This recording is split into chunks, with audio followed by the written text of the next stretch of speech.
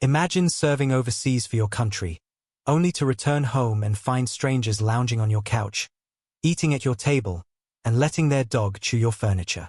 My photos were boxed up, my daughter's toys scattered, and my driveway filled with someone else's car.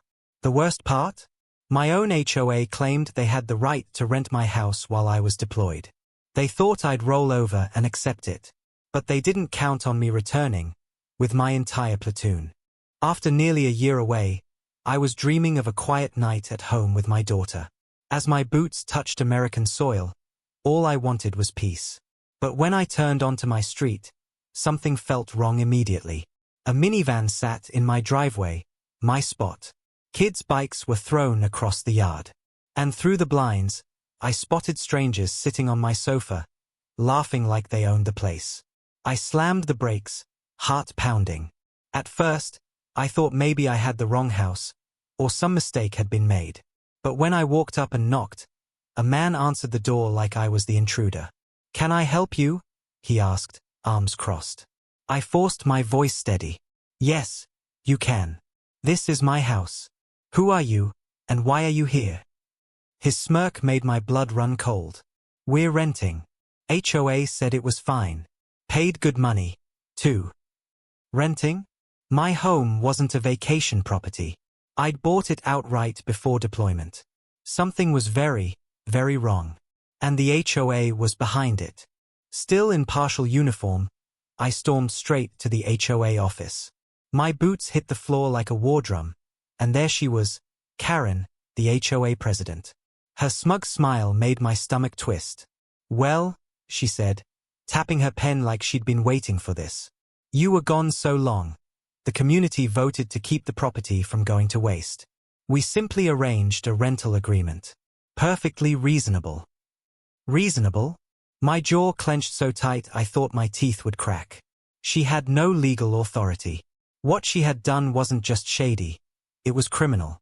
I rattled off the violations. Wire fraud, conspiracy against rights, real estate fraud. She waved me off like I was a child throwing a tantrum. "If you don't like it," she said coolly, "file a complaint with the board." That was the breaking point. I wasn't just a homeowner. I was a soldier. And if Karen and her little HOA club thought they could steal my home while I served this country, they were about to learn what it meant to pick a fight with the wrong man. I walked out of that office, shaking with rage, but not defeated. I pulled out my phone and opened my platoon's group chat. My fingers barely hesitated as I typed. "They took my house. Need backup." Within minutes, replies rolled in. "Where and when?" "Say no more." "We're coming." The next morning, the quiet suburb erupted with the rumble of diesel engines. One by one, trucks and SUVs pulled up. Doors swung open, boots hit the pavement, and there stood my brothers in arms. We didn't march into danger this time. We marched into justice. Standing across from my house, I watched the renters load groceries into my fridge. I almost pitied them. They weren't the villains. They were victims of Karen's fraud. But this wasn't just about groceries, or furniture, or property. It was about principle. About betrayal. About the law. And I wasn't standing alone anymore. Before anything escalated, I approached the renters calmly. My pulse hammered, but my voice was steady. "Listen," I said, "I'm the legal owner of this house. You've been scammed.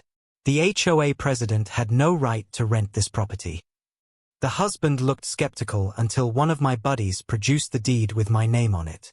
The color drained from his face. "You mean, we've been paying her?" he asked, pointing toward the HOA office. "Exactly," I replied. "And she's about to pay for it."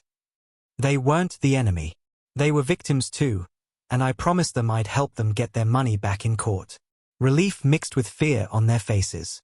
But just then, the storm arrived. Karen strutted up with two of her so-called enforcers. Polo shirts, smug grins, arms crossed like wannabe cops.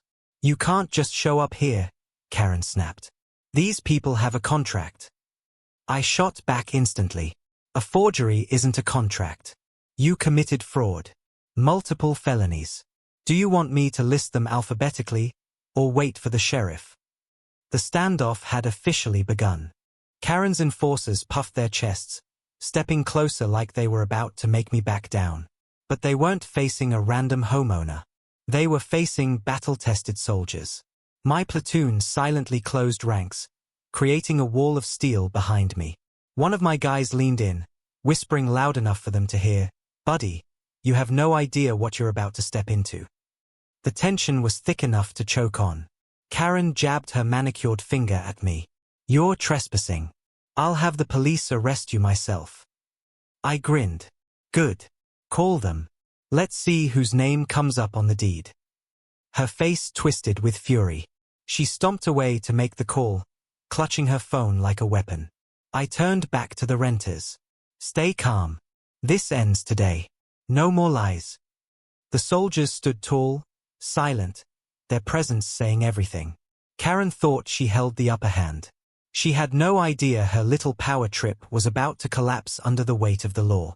Minutes later, sheriff cruisers rolled up, lights flashing. Karen practically skipped toward them, waving her papers like a trophy. "Arrest him," she screeched. "He broke into my rental property." The deputies stayed calm. "Proof of ownership?" one asked. Karen shoved a stack of HOA documents into his hands. Smug smile plastered across her face. The deputy flipped through, brow furrowing. This is an HOA maintenance notice stapled to a Word document. This isn't a lease." Karen's face paled. It's there. Check again." That's when I stepped forward and handed over my certified deed. The deputy scanned it, nodded, and turned to Karen. Under state and federal law, what you've done here qualifies as real estate fraud, wire fraud, and theft by deception. This isn't your rental property. This man is the legal owner." Karen's enforcers broke immediately, confessing she'd pocketed every dollar of rent and paid them to protect her. The deputies slapped cuffs on them, then turned to Karen. "You're under arrest." Her jaw dropped. "You can't do this. I am the HOA." The deputy shook his head. "No, you're just a criminal." The neighborhood froze as Karen was cuffed and shoved into the cruiser. Phones recorded, neighbors whispered, and one old man even clapped. Karen faced multiple charges: real estate fraud, wire fraud, conspiracy, trespassing. Her HOA presidency? Gone forever. Her reputation? Shattered.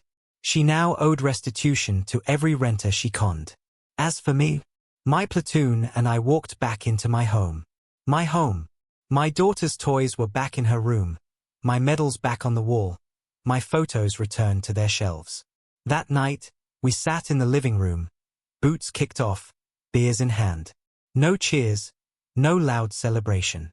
Just quiet satisfaction. Mission accomplished. The renters moved out peacefully, grateful I promised to help them in court. Justice wasn't just served for me. It was served for everyone Karen scammed. Karen thought she could exploit a soldier's absence for profit. Instead, she learned what happens when you mess with the wrong man, the wrong platoon, and the law itself. And if the HOA ever dares to try something like this again, they'll learn the same lesson, because they won't just face me. They'll face all of us.